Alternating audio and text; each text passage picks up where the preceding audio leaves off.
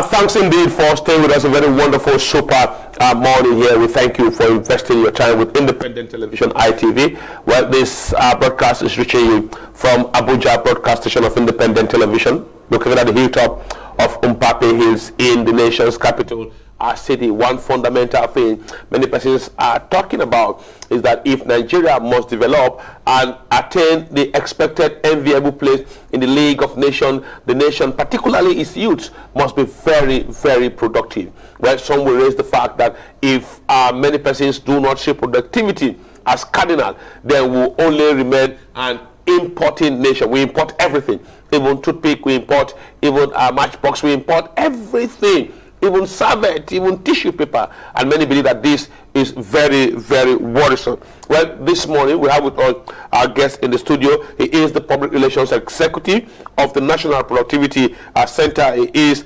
Awulu Victor Ayinoko. Welcome to our studio. Good morning. Very wonderful morning. Now, let's start off very, very quickly.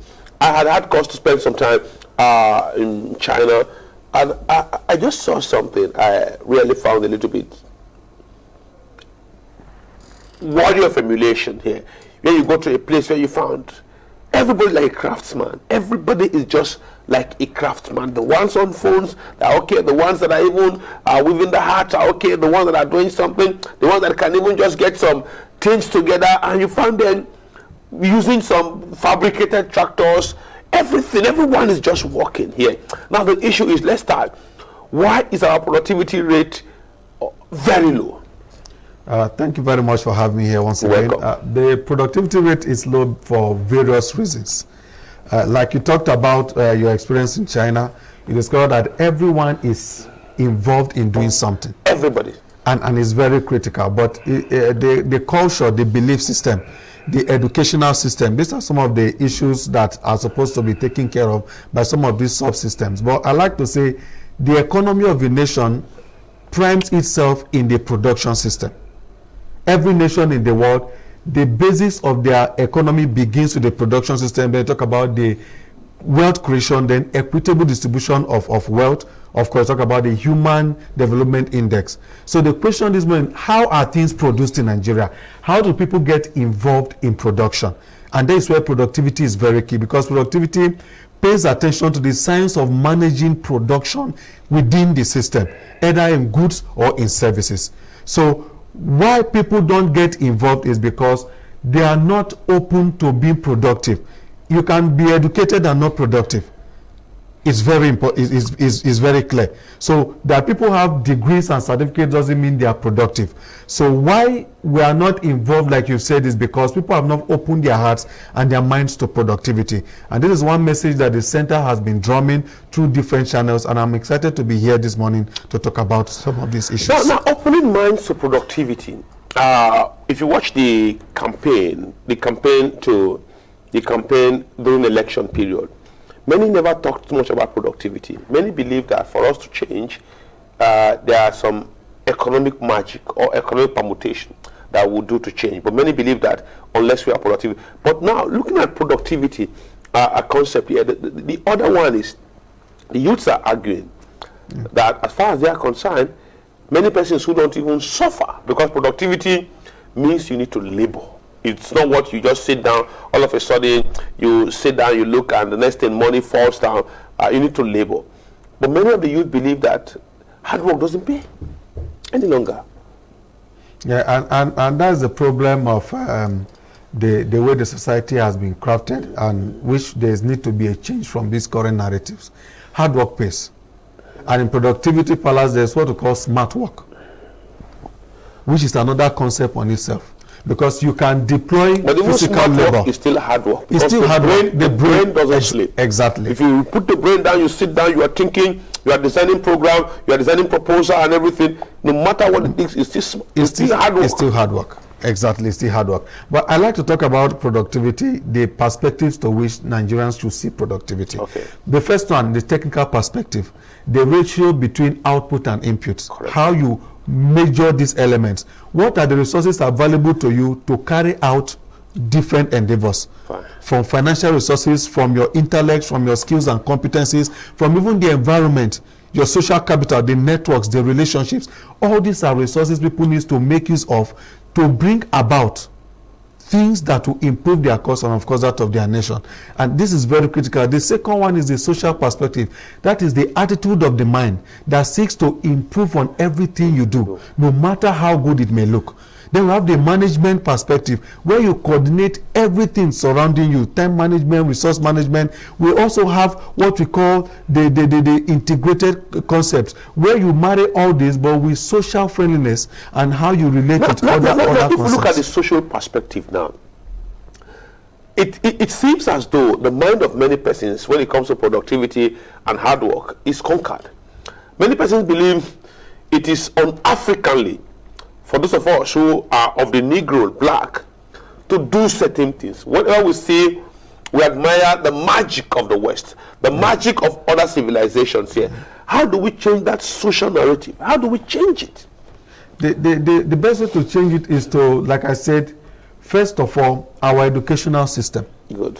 Well, it's certificate based. It's certificate based, not skills and competence, and that is the major problem. Now, when people go for interviews or for engagement in carrying out economic activities, there's one basic question that is being asked now on the table. What can you do? That is productivity. Not which school are you from, not the certificate, not whether it is first class or what can you do? What are the on-hand competencies and skills? So people should pay attention to actually what they can do. If you pay attention to what you can do than what you've studied or what exactly can you do, then you can see that people now have more impetus to carry out actual activities that will bring productivity on board. Okay, no, but still talking about what can you do, many believe that certificate is cardinal than what you can do. That's why you see people rushing. The HND BSc dichotomy is still very much on play here. And many believe, okay, why do I need to go to a polytechnic to go and learn all technical skills when I can go to university, spend 4 years, come out, and still remain a superior figure? And that in itself is a problem. Because the most important thing is the skills and competencies that knowledge can provide. Any knowledge that does not provide skills and competencies to carry out actual work is not necessary. For example, I was in Japan, in Tokyo, for a training from an organization for about a year. And I discovered that they certify, but they don't certify general knowledge. They certify skills and competencies. And they grade and they examine over time to change your grade. For example, if you are the best fashion designer in Abuja, they grade the certificate to be there amongst everyone. So if you are into a particular skill, they group you. They test your skills and competencies, they grade you according to your ranking. So in this case, you have to step up, improve yourself on a daily basis to become the best in that craft. Not sitting there and say, I already have a certificate. No. What can you do with that certificate? How does that certificate change the course of your organization and the nation? So those are the issues that productivity. Okay, now, in terms of productivity now, let's take it to one area where President Buhari talked about us having comparative advantage and we're not tapping it appropriately. That's agriculture. Yeah. Are you not worried we are not firing very well there? I'm worried. And the lands are there, the rain, the water is free, the soil is apparently very fertile, no need for much fertilizer, and yet we're hungry. Yeah, but when it comes to that, that should be the mainstay of the Nigerian economy. That's the truth, from history and from facts. And it's a problem why even the young people, everybody shy away from what should be the mainstay of the Nigerian economy. Now, there is knowledge gap and skills gap. The center has engaged the extension workers to train them to take knowledge on how to improve on farming skills and tools to the farmers. And what we've discovered is that the knowledge is not there and the skills is not there. And if you bring new knowledge to these farmers, they believe in their old method of farming. So the issue of change management comes to play. So they don't want to change to the new techniques, the new ways of doing things. And of course, the issue of infrastructure. Farming has advanced and you must do it with technical equipment, which is very important. So with the technical equipment, there is also the possibility of improving their yields. So the issue of tractors, other facilities that needs to help them. Thank God for Japan International Cooperation Agency, JICA. It's been in the news. They've been supporting our farmers, as well as those that are into rice farming, with a lot of equipment and infrastructure. But this is needed to help, and they need to be trained on how to use it. Because it's one thing to have the right tools, it's another thing to use it in the right way, in productivity.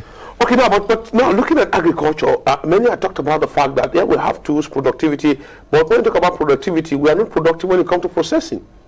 Yeah. Now, we don't process that. Sometimes you see persons get this food, they take the food, they can the food, they bring the food, and when you are buying the processed food, you discover that it's far not richer than somebody bringing plantain, pineapple, bringing onions that just decompose on the way to Zuba or from the way from Kano.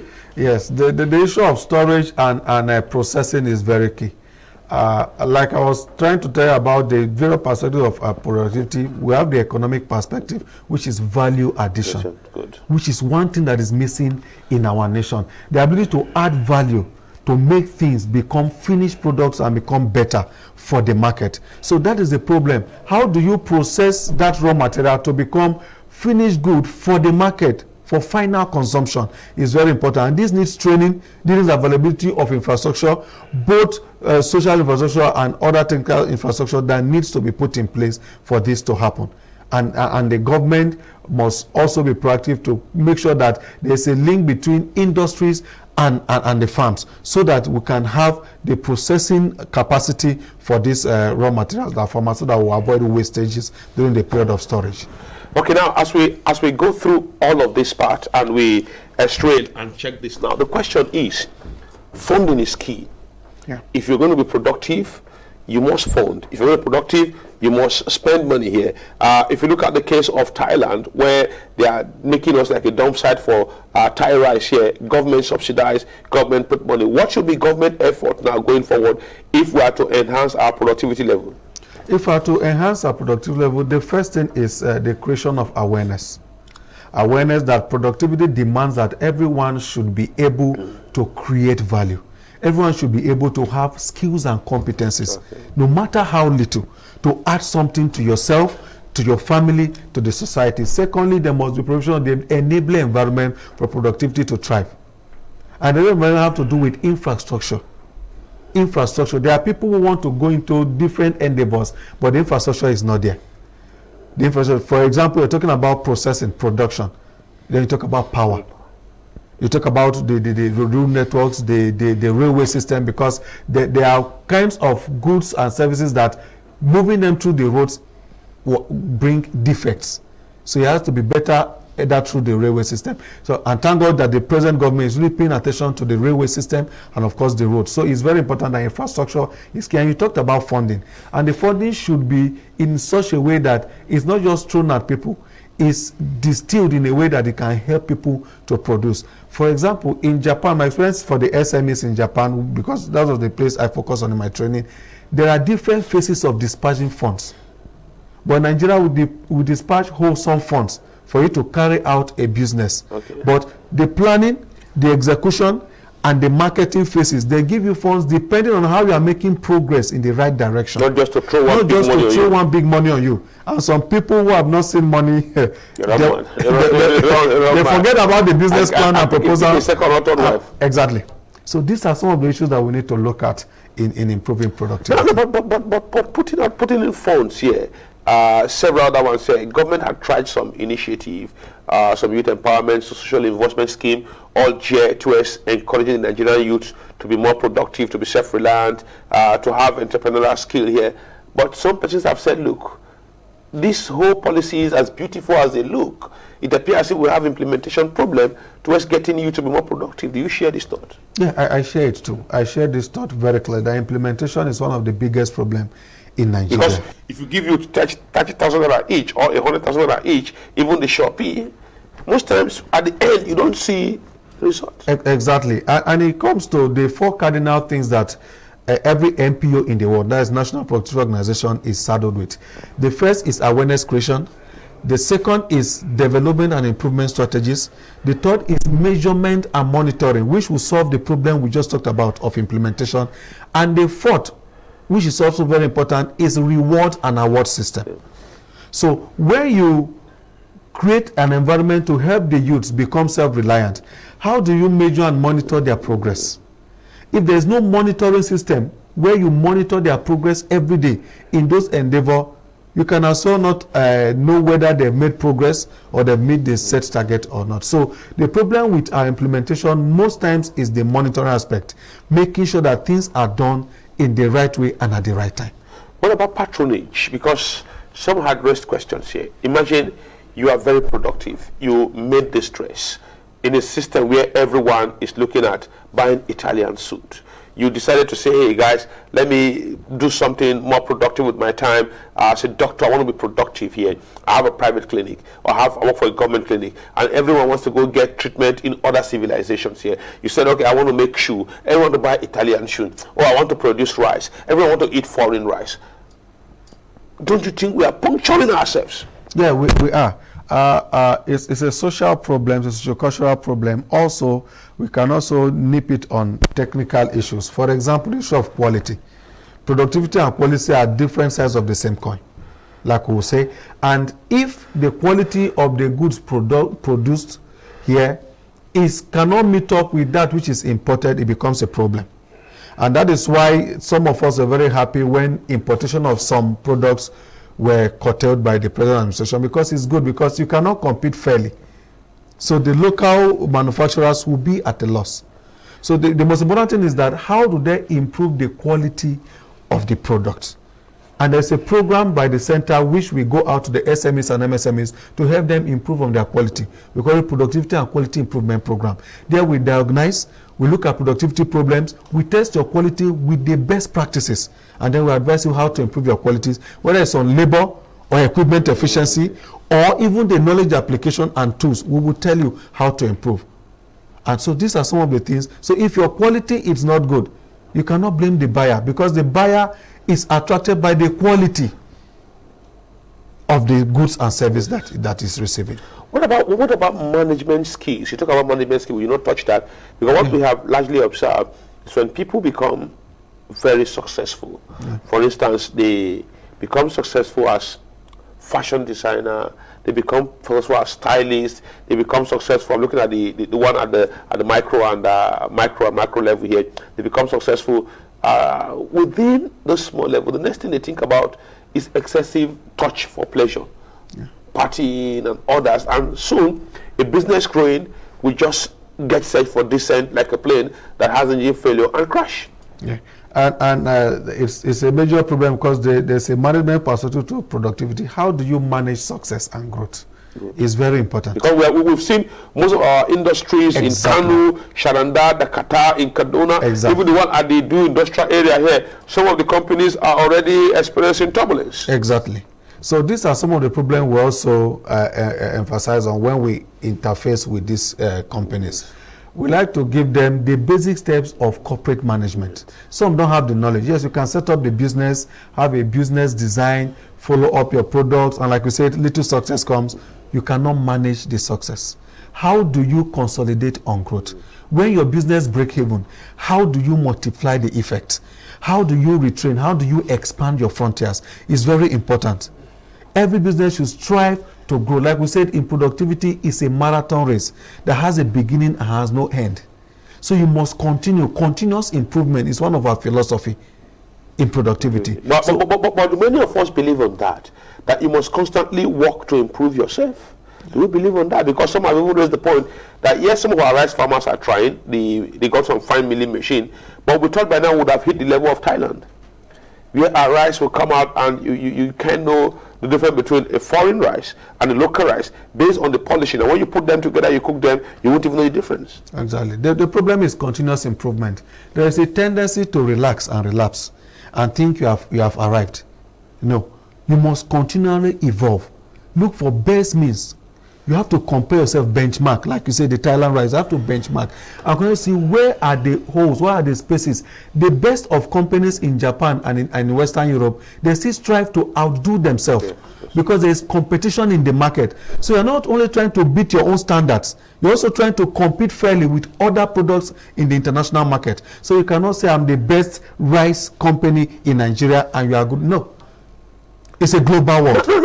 Let me take you to one show of shame we had, a very bad show of shame we got some years back when we tried to take our yams to the global stage. You've heard the agriculture minister out we cried over that. Yeah. That the yams we went to the Lagos port. It was one big noise altogether. When we get to the west, the yams were all decomposed. Yeah, and it's an embarrassment to the nation. It means our storage facilities are poor. It means our knowledge about carrying goods and services is also very weak. And these are all pointing to the fact that there is productivity problem. Because in productivity, all these things should be taken care of. People should pay attention to these little details.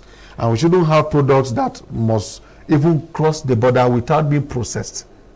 That was one of the problems of that scenario. We want to take big yams. Okay. But you can process it into different forms. Into flour, into other forms, into chips that will also help improve the bargaining power and increase even the resources, the financial resources they are going to get in exchange. Which are things okay, now let me ask you, as we talk about productivity, I don't know, but I know you are already widely traveled. And if you are traveling, maybe let's pray the rain go down a little now. By August, September, October, you take a journey from Abuja to Kefi, from Kefi to Akwanga, Akwanga to Lafia, Lafia to Makurdi, Makurdi, you get to Alede. From Alede, either you are going to Boku or you're going to Otukbo. One thing that catches your eye is excessive availability of fruits, mango, orange, many decomposing. And we ask the question, why do we allow all of this to perish? You see some when people don't even buy, they just throw some on the side. When you are stopping to buy with your car, you look at the part, you see like a refuse dump where they dump all the decomposed items. Have you observed that severally? I've observed that severally, and it comes to value. We don't value what we have. If you meet other persons from other nations in international conferences, they will tell you Nigeria is one of the most blessed nations on earth. They will tell you that if some of them were to come from Nigeria, that they see money on the streets of Nigeria. You hear Chinese people say that. That's true. And they are pouring in here. They are pouring in here because they see money on the streets of Nigeria. And Nigeria don't even see the money. We don't see the money. We don't see value in these resources. We don't see value. Because one of the things they've done, they'll be able to focus more on the capacity of the human beings. And that is one thing that productivity, one of our cardinal philosophies is that we want to make sure that the quality of the human person is high. If their quality is high, they will value things around them and transfer that value to those natural resources. For example, the fruits we talked about, they don't know the value of bringing them together and processing them. That is huge money. But in Benue and Nasarawa, with all of those decomposing fruits, the big men there can't even get a processing plant. That is the problem. They should have processing plants, all manner of juice, and squeeze things out and create things and even bring things out of nowhere. There are products that are not yet in the market from these fruits. But nobody to think it. That creativity, that innovation is not there. And that is the problem of productivity. What about even tomatoes? I don't know if you've gone to the popular Abuja Nasarawa orange market, where you just see tomatoes like a sea of tomatoes, and you see them some decomposing, and you start to wonder, can we have tomato paste? Can we create jobs? And like I said before, it's value. And that was the one problem that farmers were having. There was no value for the products. And it takes a lot to farm. It takes a lot to bring goods out of the farmland. But the value for this product is what that is one thing that baffles a lot of us. And it's very important to know that when we value these things, we'll create systems that will bring the best out of these natural resources. You're even talking about tomatoes. What of the mainstay of the Nigerian economy? Oil, for example. Well, gas flaring. And there are a lot of issues because there is no value. Where you have value, they talk about refineries, refurbishing, and build. If you have value in what you have as a natural endowment, you process it, you bring it out in the best form so that you get the best value for it. So it comes to value system. Okay, but the issue on ground are changing our social or cultural orientation towards productivity. Are you sure we are on that part, or we are just someone say we're playing? Actually, it's been one serious assignment for the center, because in our mandate, that is one of the first cardinal things, to stimulate and promote productivity consciousness amongst the citizens. and then also to monitor productivity trends and drive productivity movement. The national policy on productivity has been an ongoing issue. The Presidency and National Planning and Minister of Labour, which is our coordinating Minister of Labour and Employment, which is our coordinating ministry, have also been involved in that national policy on productivity to bring every sector, everybody on desk. Yes, we've been doing our best through our productivity awareness campaign programs to MDAs, to private organizations. We'll be engaging people, but we need a higher platform as a center to drive the message of productivity home. What happened? What happened? And the higher platform we're talking about, there is the need for national productivity movement. All MPs across the world, including Productivity SCI in Japan, they all have that. When Mr. President himself, yes, will announce it. That's the National Productivity Day, where every organization, every individual, as a matter of fact, must pay attention to his personal productivity level and organizational productivity level. And when it is low, you will secure certain help, technical help for a National Productivity Center. That is not on ground because there are different institutions and mechanisms that have been set in place in the policy that is not yet implemented. These are some of the issues. Before I let you go, let me say it here, your interface with the Bank of Industry. Yes, we've been working closely with them. Some of the loans that are being shoved out to individuals and organizations, we are called upon to carry out productivity training in some. Also, NDE, which is our sister agency in the ministry, we also interface with them to help give productivity training, because that you own a business doesn't mean you can be productive. But the NDE, are they doing enough? They are doing their best. Okay, thank you very much. They are doing their best. We pray that their best will be good enough. Quite a very eloquent speaker there. Awolo Victor Ainoko, a public relations executive, National Productivity Center. We welcome very much. Thank you very much. We buy into the culture of being productive. Thank you very much for having me. If we try something financially, money we pour in will be a great nation. But when you go to China, Japan, you just see everyone. Sometimes you wonder how those guys work. It's a culture. Everyone is running. Everyone is running. Involved in doing something. Everybody. You can't sit down. You are running. You know, even the food we eat. Sorry, I'm digressing. The food we eat. You just see creativity. They just all these beans, everything. They give you some different food, honey. Come on, you look at the meal and you say, "Guy, this is creativity." Yeah, it's creativity. Thank you very much. Thank you very much. Wish you all the very best. Thank you very much. Okay. Thank you. On that note, we quickly take a break. When we return from the break, we'll be looking at what came out controversial last week in the House of Reps. We saw walking out. We saw exchange of blows in the Senate. We saw walking out. We saw voting, and with the nays have it. After the break, Electoral Act Amendment Bill.